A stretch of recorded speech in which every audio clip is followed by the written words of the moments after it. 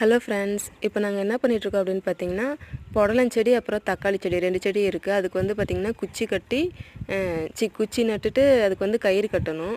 இப்போ பார்த்திங்கன்னா புடலஞ்செடிக்கெலாம் கிளையாக இருக்குது. அந்த மாதிரி குச்சி வெட்டிட்டு வந்து நட்டுட்டோம். இப்போ பார்த்திங்கன்னா தக்காளி செடிக்கு தான் கட்டிக்கிட்டு இருக்கோம். குச்சி நட்டு கயிறு இழுத்துட்டோம் பாருங்கள். கீழே ஒரு டைம் அப்புறம் மேலே மேலே ரெண்டு கயிறு போடணும். இன்னும் ஹைட்டாக அப்படியே கட்டிக்கலாம். பாருங்கள், இப்போ நான் எப்படி வந்து தக்காளி செடி வந்து முடி போடுறேன் அப்படின்ட்டு.